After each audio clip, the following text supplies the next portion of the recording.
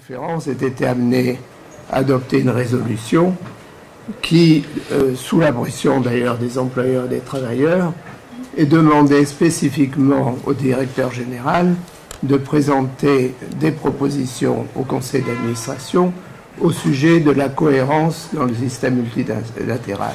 Et donc par là s'introduit la question, à mon avis très importante, la question institutionnelle. Alors je voudrais justement faire porter...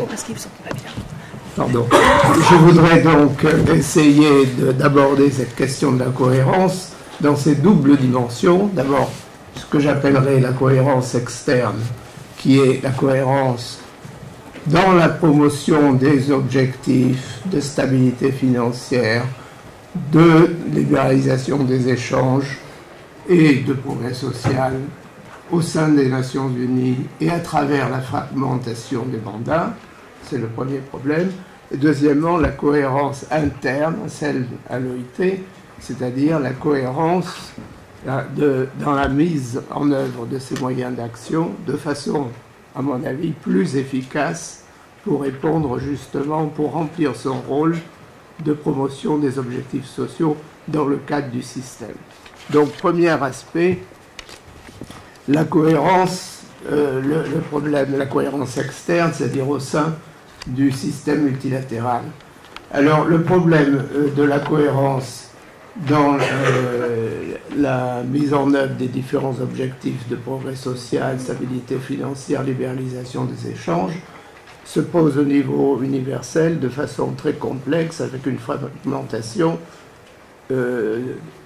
des mandats, fragmentation qui, selon certains, avait été délibérée pour maintenir la prédominance de l'hégémon bienveillant et des puissances dominantes. Alors le paradoxe, c'est que c'est précisément l'hégémon bienveillant qui maintenant semble prêt à renverser la table et remet en cause ce système multilatéral. Alors, la crise, en fait, ce que je voudrais vous montrer, c'est que la crise du système multilatéral est le produit d'une évolution qui, à partir de la fragmentation des mandats, a conduit à une émancipation de l'économie transfrontière qui elle-même est devenue insoutenable et qui donc réclame une réflexion pour une régulation appropriée de l'impact, de la répartition plutôt de l'impact positif et négatif de l'interdépendance globale sur le plan économique et environnemental. Alors, première chose, la cohérence et la soutenabilité du système multilatéral.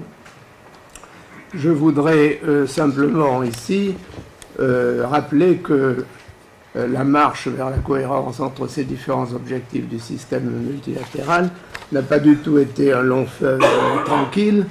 Elle a connu une espèce de dialectique que je voudrais résumer en trois points. D'abord, une tentative de l'OIT, à travers la déclaration de Philadelphie, d'imposer, disons, de dire que les objectifs de progrès économique et libéralisation des échanges, stabilité financière, sont au service des objectifs sociaux. Ça a été une tentative très éphémère qui aurait transformé l'OIT en master agency du système, et ce n'était pas réaliste.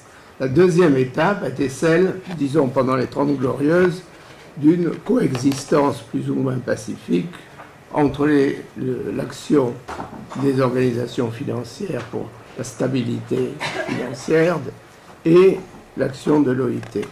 Et la troisième étape est celle dans laquelle nous nous trouvons, qui est celle d'une émancipation de l'économie transfrontière, sur laquelle des travaux extrêmement intéressants d'un économiste de Harvard, plutôt d'un historien de Harvard, Paul Slobodian, a apporté vraiment des éléments très intéressants. Il a montré que cette émancipation de l'économie transfrontière avait été une entreprise délibérée d'un groupe qu'il appelle le groupe l'École de Genève, des économistes et penseurs libéraux, qui se sont réunis pour imposer justement cette indépendance. Alors, il reconstitue l'histoire d'une façon qui est vraiment passionnante, parce qu'à travers cette histoire, on voit d'abord que cette école de pensée a réussi premièrement à torpiller l'Organisation internationale du commerce, c'est-à-dire la charte de La Havane.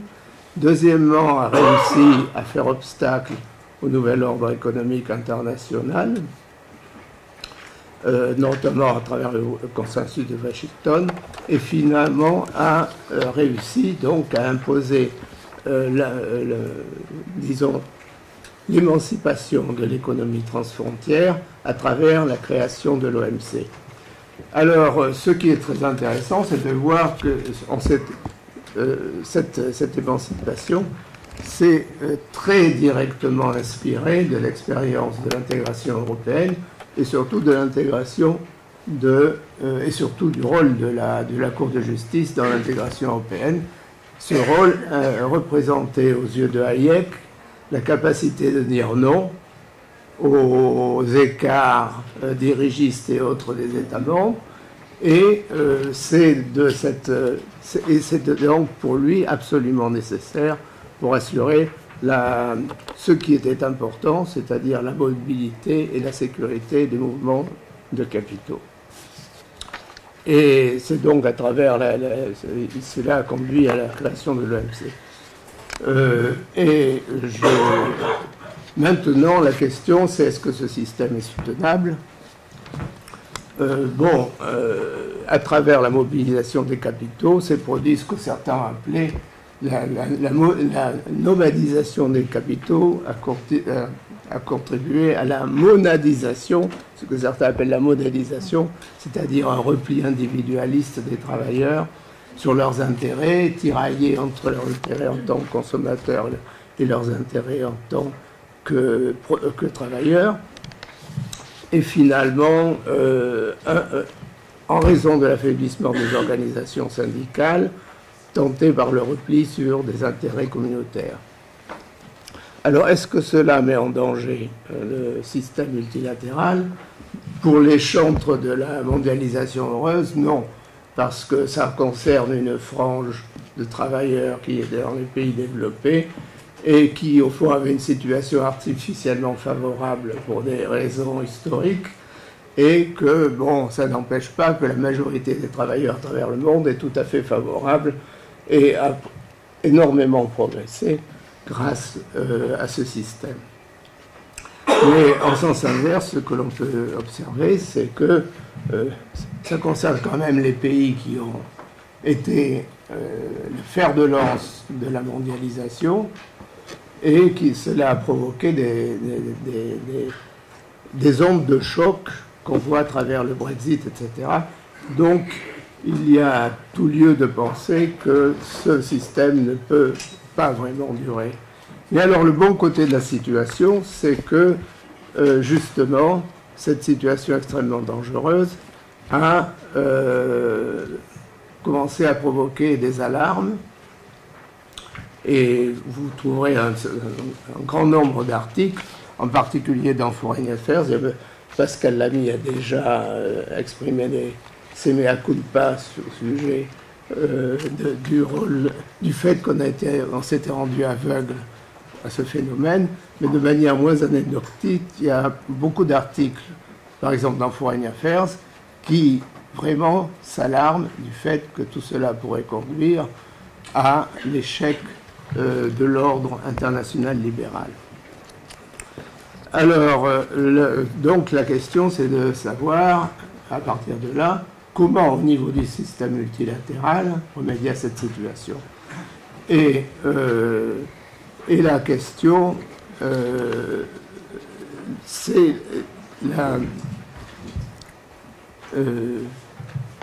la question, il y a une double question qui est celle de créer un système dans lequel les États aient à la fois la capacité de mener une action de répartition de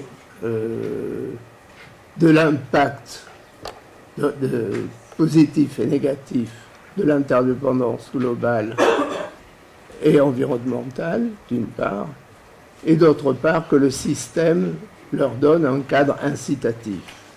Alors, il y a les deux aspects. Donc, il y a d'abord l'aspect que les États doivent avoir la capacité institutionnelle. À ce sujet, le secrétaire général des Nations Unies, il y a un an d'ailleurs, je crois, ici même à Paris, avait dit qu'il n'y a pas de multilatéralisme fort sans États forts. Et je crois que c'est une forte parole, mais dont on ne tire peut-être pas assez les conséquences. Et il y a en réalité un problème aussi en ce qui concerne le fait qu'on a tendance à ringardiser les États en disant que ce sont des reliques plus ou moins poussiéreuses de l'ordre westphalien, et à mettre l'accent sur la responsabilité sociale. Alors, la responsabilité sociale, c'est très bien, mais il ne faudrait pas qu'elle serve d'excuse ou de cache-misère au fait que les États perdent leur capacité institutionnelle justement de réagir et de redistribuer les bénéfices et les gains de l'interdépendance globale. La deuxième chose, c'est qu'on a besoin d'un cadre incitatif. Le système international doit fournir un cadre incitatif aux États pour agir. Cadre incitatif, ça veut dire qu'il donne la légitimité aux États de conduire des efforts pour répartir les gains, équitablement les gains et les contraintes de l'interdépendance, et deuxièmement, qui aussi ne les punit pas lorsqu'ils essaient de le faire. Or, si l'on considère le système multilatéral tel qu'il existe, on s'aperçoit, que le système qui est emblématique de la réciprocité, donc qui protège les États contre la concurrence déloyale, n'a pas de dimension sociale, c'est le système multilatéral commercial, et le système et le texte qui légitime les États dans la lutte contre les inégalités, qui est l'agenda 2030, lui ne contient aucune dimension de réciprocité. Donc il y a une espèce de déficit dans le cadre qui résulte de ces deux textes pour vraiment aider à promouvoir une répartition équitable des gains et des profits de l'interdépendance globale. Donc,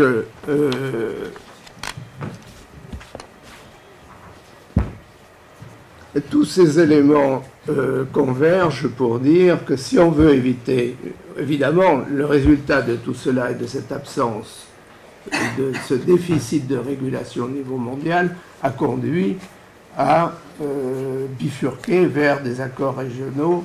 Évidemment, là, c'est une question complexe, je ne l'aborderai pas, mais la conclusion générale que l'on peut tirer, c'est que si on veut éviter une balkanisation de l'espace juridique qui serait susceptible de perturber sérieusement le fonctionnement des chaînes de valeur dont on a parlé, et si on veut éviter de provoquer des réactions en chaîne, comme on en a l'impression parfois en voyant la guerre commerciale qui est conduite par les États-Unis, il faut essayer de remédier à cette situation.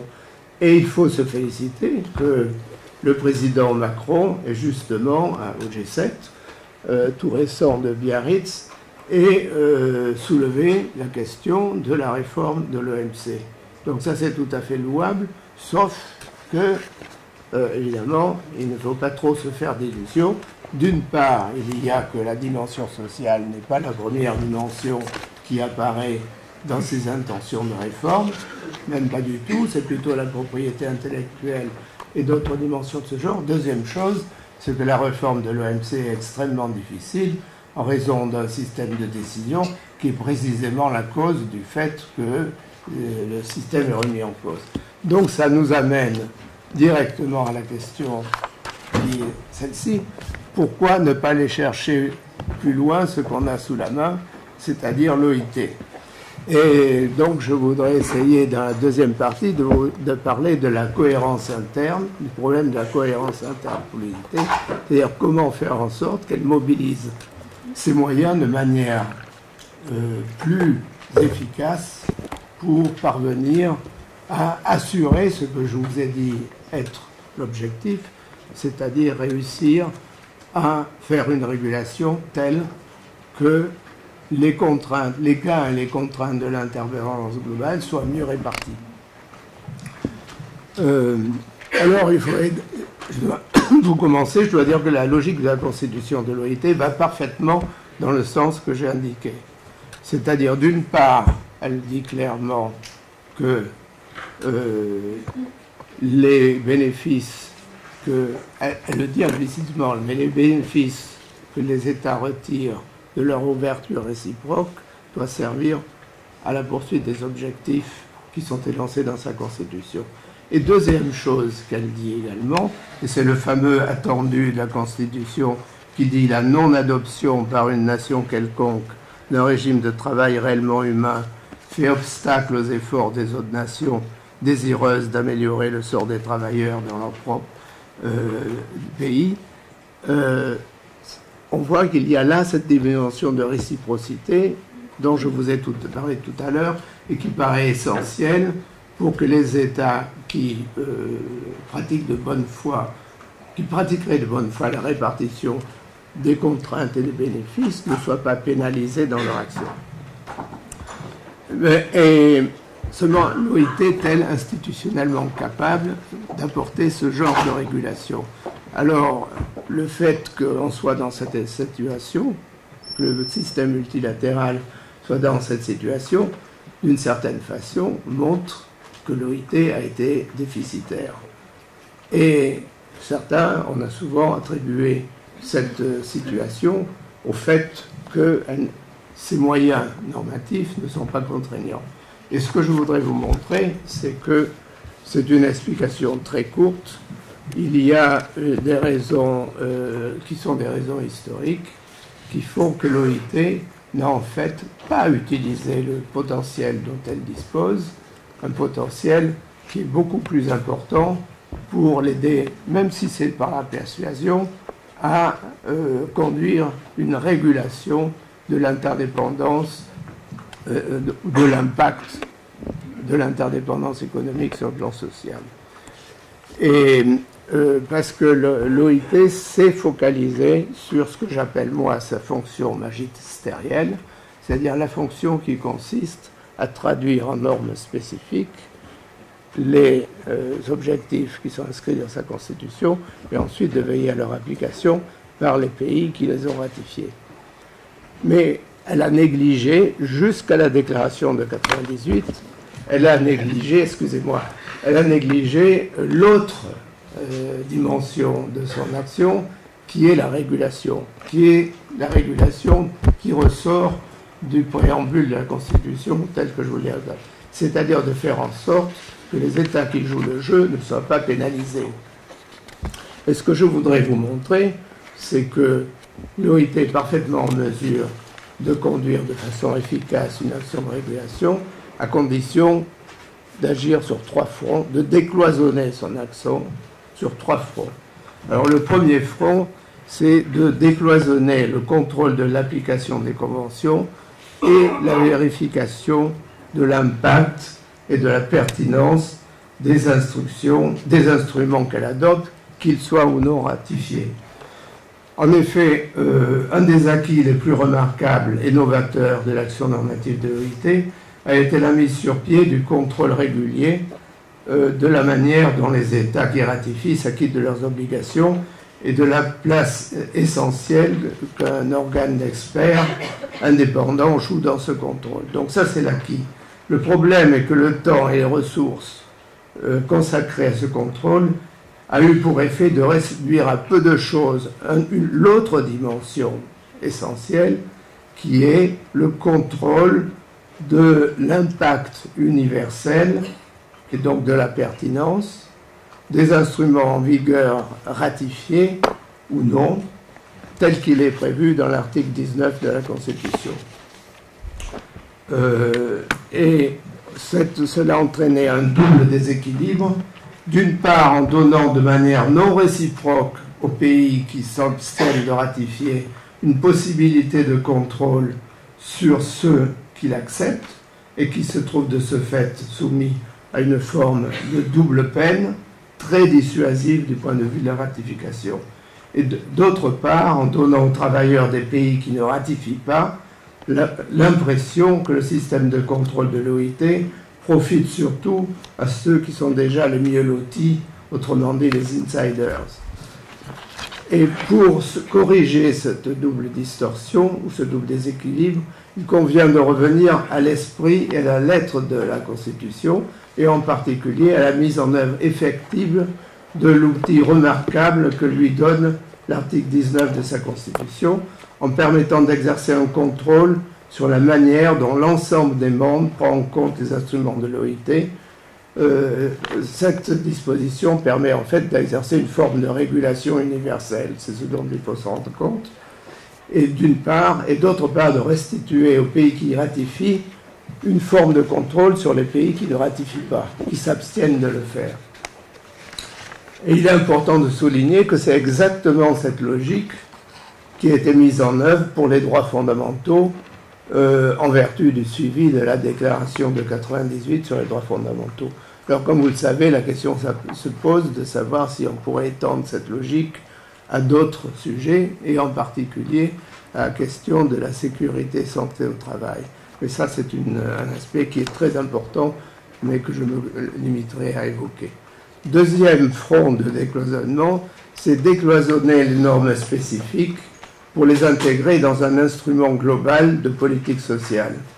En effet, comme j'ai déjà relevé, l'édification du corpus normatif de l'OIT s'effectuait pour l'essentiel par la juxtaposition d'instruments spécifiques pour promouvoir séparément chacun des objectifs visés dans le préambule de la Constitution.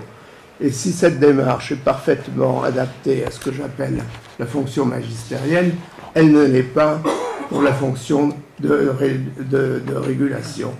Elle n'aide pas les États membres à combiner la mise en œuvre des différents objectifs de manière à tirer un parti optimal des opportunités qu'offre la division internationale du travail pour un progrès équitablement réparti. Et ensuite, elle ne permet pas, comme le voudrait, ça c'est peut-être le plus important, elle ne permet pas, comme le voudrait le préambule de la Constitution, d'entretenir parmi l'ensemble des membres une dynamique globale d'efforts réciproques en vue de traduire les avantages de la division internationale du travail en progrès social équitable pour l'ensemble des travailleurs, y compris ceux qui sont marginalisés par une certaine dépendance. Et donc, il n'y a rien dans l'outil normatif qui empêcherait de faire un instrument global pour justement remédier à cette situation.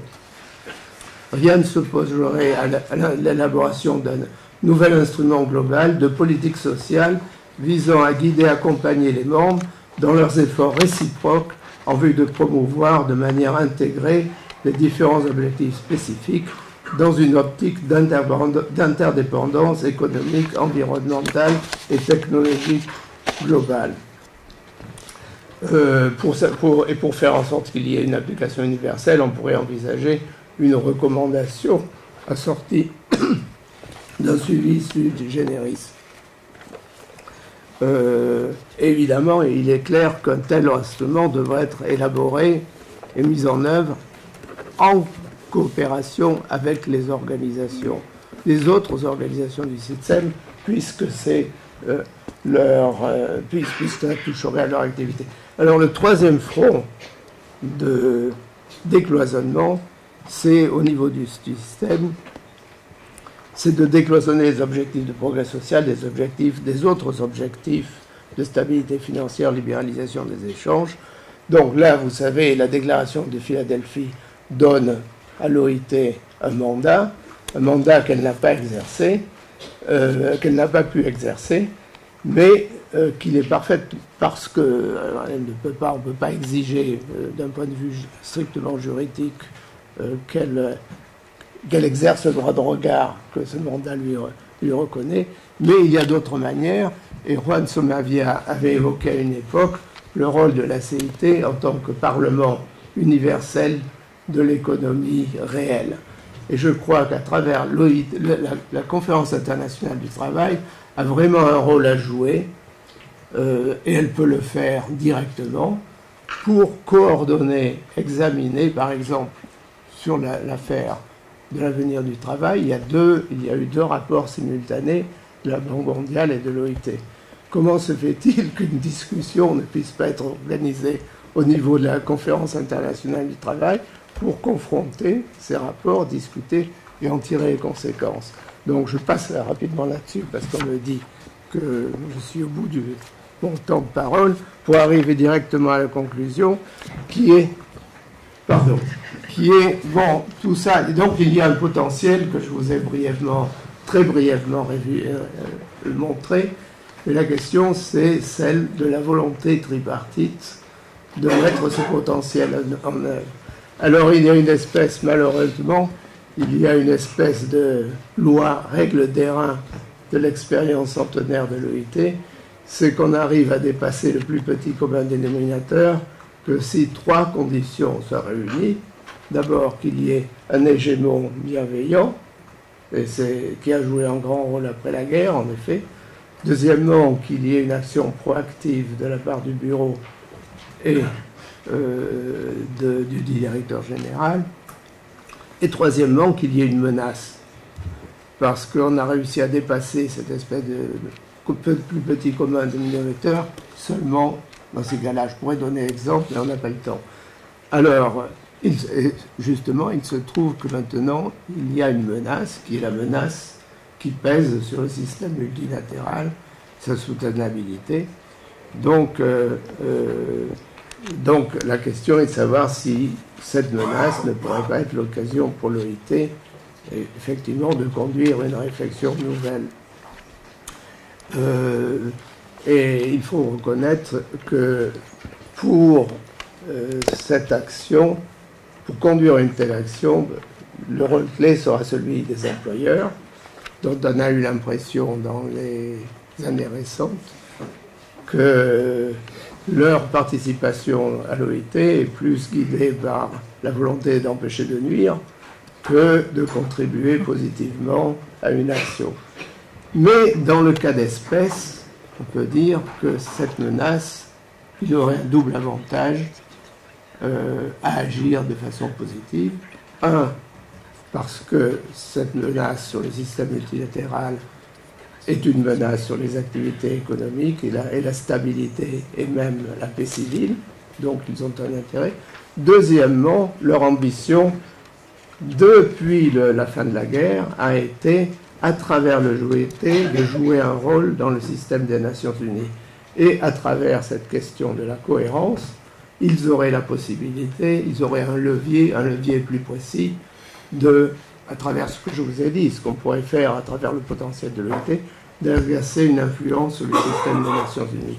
Et on peut dire que si tel n'est pas le cas, peut-être, si cette opportunité n'est pas saisie, il est à craindre que le président Macron, on sera dans la situation que le président Macron a décrite à la conférence, et que finalement, il y aura, comme le dit il faudra agir, parce que comme le dit la situation sera telle et créera un tel mécontentement que la paix et l'harmonie universelle se trouvent mises en danger. Et donc, à ce moment-là, sera obligé de se retourner dans des circonstances beaucoup moins paisibles vers l'OIT pour justement redécouvrir son rôle de régulation. Merci, excusez-moi,